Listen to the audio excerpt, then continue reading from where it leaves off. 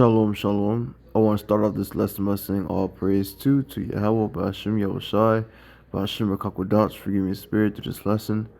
I do want to give double honors to the elder and apostle GREATMILLSTONE for teaching the truth by using precept upon precepts and line upon line. This lesson I do want to get into today is really about the future prophecy of the kingdom of heaven. Alright, the reason why I want to get into this lesson was because I was watching Elder Apostle Tahar video and how he was going into how Esau is basically about to get judged horrendously. How YAHAWASHI is about to bring hell upon him because all the wickedness Esau have been doing all these years. Alright, he grabbed some good points. And if you do want to watch his video, alright, and he is very edifying, his channel's name Elder Send Transit 3, and the video is called Ease, A History of Violence. Alright, and with that title, it basically goes into how YAHAWASHI, since Esau Edom is a history of violence, YAHAWASHI just gotta take him down. And surely enough, YAHAWASHI is. Read the book Ezekiel chapter 35. Alright, but right now I'm going to focus on the kingdom of heaven only to the elect. Because when I was watching the video, I was just like, that means if the enemy is going to go down, that means Israel is about to receive something wonderful. And that really is about to come to pass. Israel is going to receive plentiful. Alright, and I thought I should do a lesson on that, right? So let's get into it. Isaiah 61:1. The Spirit of the Lord YAHAWASHI came upon me, and because the Lord have anointed me to preach good tidings unto the meek. Who are the meek? Israel, so-called Negroes, Native American. He has sent me to bind up the brokenhearted, to proclaim liberty to captives, and the opening of the prisons to them that are bound. Who are captives? Us Israelites, so-called Negroes, Native American. To this day, we're in captivity. But YAHAWASHI has sent the prophets to tell Israel that they're going to be set free. They're going to be set free in liberty. To what? To the kingdom of heaven that's about to come to pass. And the opening of the prisons to them that are bound. Verse 2. To proclaim the acceptable year of the Lord and of the day of vengeance of our power, to comfort all that mourn. And when YAHAWASHI come, in his day of vengeance, what he's going to do? He's going to destroy all the enemies that surround us, especially the Edomites, because the Edomites are our number one enemies. They are the one that have taken counsel against Israel and utterly destroyed them. Alright, to this day, Esau Edom is still having violence against Jake and making sure that Jake don't succeed in life. Alright, yes, you would say, oh, Jake is in political stuff. You see Jake doing well in higher place. But at the end of the day, Jake is not in the right mindset. And who's putting them in that bugged out mindset? Esau Edom. Why? Because he does not want them to grow. So at the end of the day, Esau Edom is not letting Israel go. Not physically, but mentally. They're still putting Israel in this mental state of slavery. Alright, because Israel right now is not in a good mindset. So what YAHAWASHI about to do, he's about to come down with great vengeance and try to free Israel. And how he's going to do that? Through the word and through destroying Esau Edom. Alright, so verse 2, to proclaim the acceptable year of the Lord and the day of vengeance of our power, to comfort all that mourn.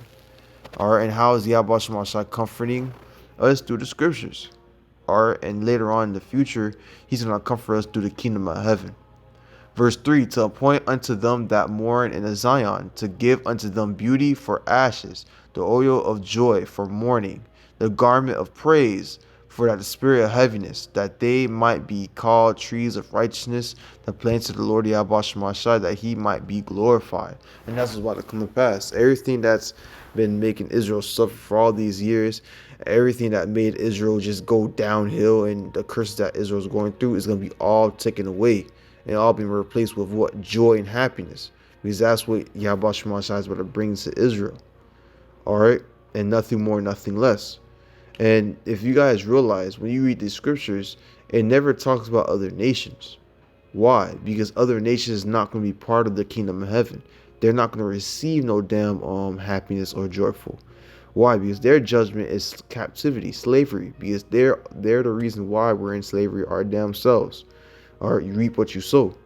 And since other nations have been reaping after their own flesh, they're going to reap corruption. And that's what's about to come to pass for them. But for Israel, since starting with the elect, since they was sowing to the spirit, they're going to receive the kingdom of heaven. All right. Let's get another scripture, verse 4.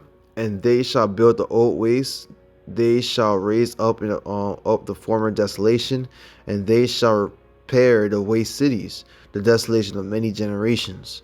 Verse 5. And the strangers shall stand and feed your flocks. Who are the strangers? The strangers talking about the other nations. Because the other nations going to be put into captivity. Shall stand and feed your flocks, and the sons of the aliens shall be your plowmen and your vine dressers. Basically slavery. All these nations are going to be servants unto the Israelites, so-called, and these like to Native American. All right, verse 6. But ye shall be named the priests of the Lord, YAHAWASHI, who Israel. Men shall call you the ministers of our power. Ye shall eat the riches of the Gentiles, and the glory shall ye boast in yourself. And that's what's about to come past to Israel, so-called, Negroes like to Native American. All right, because they're going to rise up in power, not Esau, Edom, not the other nation. All the other nations going to fall down. All right, and serve Israel for what they have done. And Israel is going to be reaping everlasting life, because Israel has suffered enough. Suffered enough. All right, and it's damn time for Israel to rise back up, and that time is about to come to pass. Habakkuk 2 and 3, for the visions yet for the appointed time, by the end shall speak and not lie. Though it tarry, wait for it, because it will surely come, it will not tarry, and it will not prolong any longer. All right, prophecies are popping off. Why? Because the kingdom of heaven is nigh at hand. All right, let's get let's get a prophecy real quick. Let's get Second Esdras,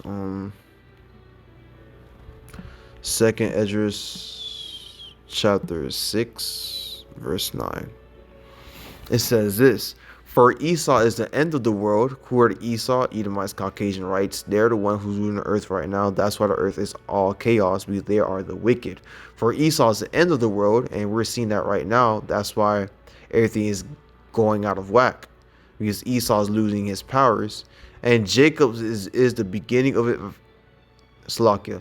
And Jacob is the beginning of it that followeth it. And that's what we're seeing right now. We're seeing a fall of Esau, Edom, and we're seeing a rise of Israel, so-called News IT Native American.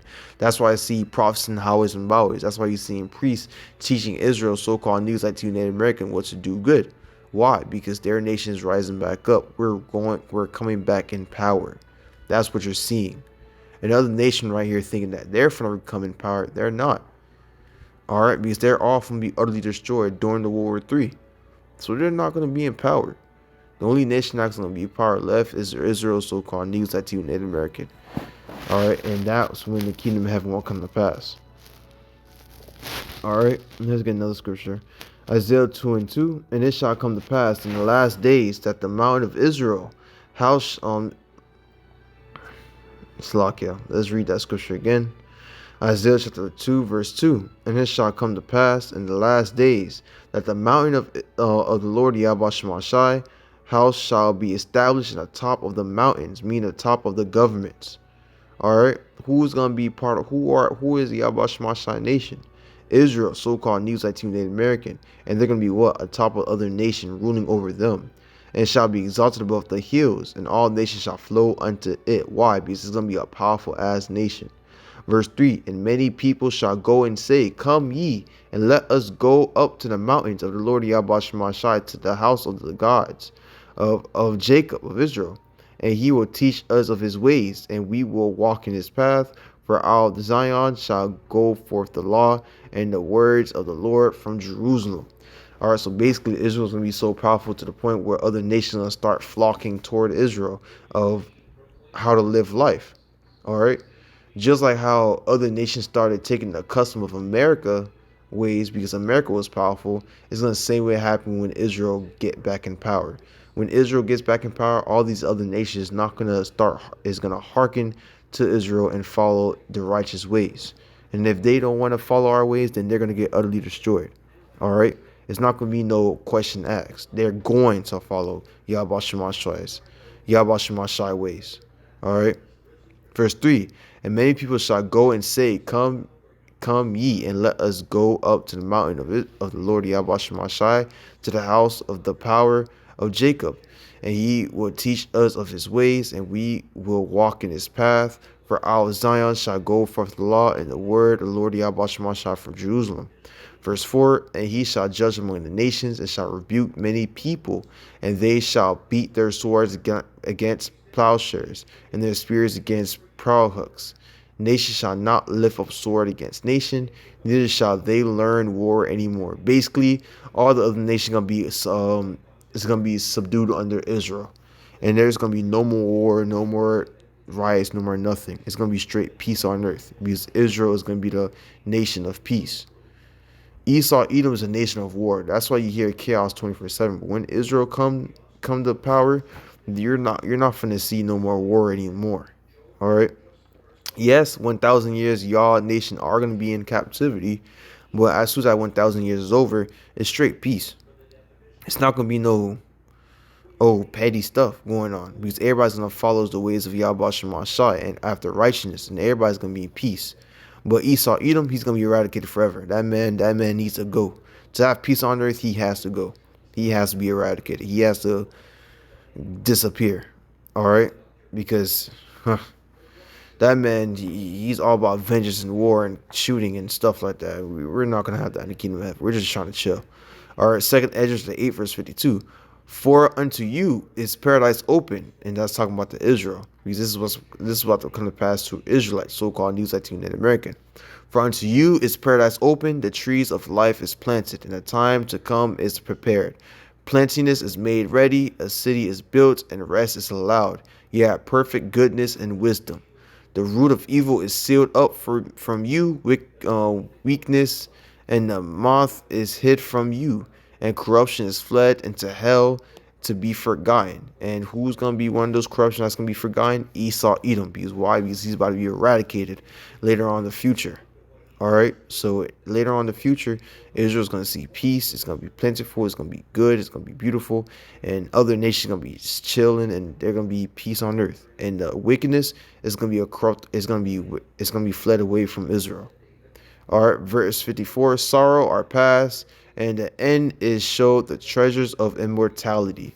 Because Israel, so-called News Native American, at the end of the day, they're going to receive immortality, and they're going to receive peace and everlasting life. All right, and that's what's about to come and pass to the Israelites, so-called Negroes, Latino, Native American. But you other nations, you're not partaking of that. You're going to be subject under Israel, and you're going to follow their rules. And whatever they say, it goes. That's basically what's going to happen in the future. But for Israel, they're going to see the kingdom of heaven, and it is going to be beautiful. All right, but that's all I want to get into today. Though you was edified by this lesson, I do want to give all praise to Yahweh, BAHASHAM, YAHAWASHI, BAHASHAM, QADASH for giving me spirit to this lesson. I do want to give double honor to the elder and apostle Great Millstone for teaching the truth by using precept upon precepts and line upon line. Shalom.